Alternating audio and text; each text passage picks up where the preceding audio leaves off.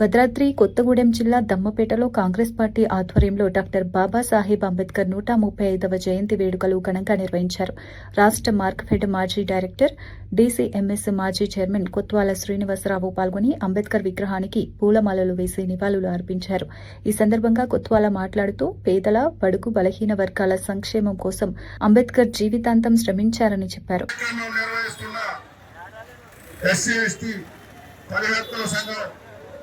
నిర్వాహకులందరికీ కూడా ధన్యవాదాలు తెలియజేస్తూ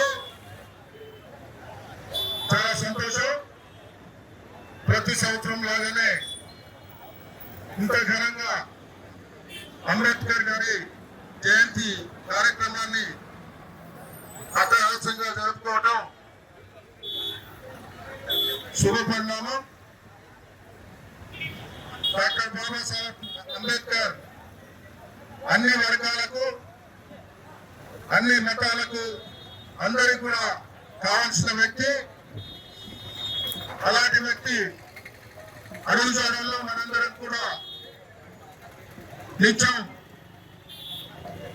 అందరికీ ఉపయోగపడుతూ ఆయన ఆశయాలకు అనుగుణంగా మనందరం కూడా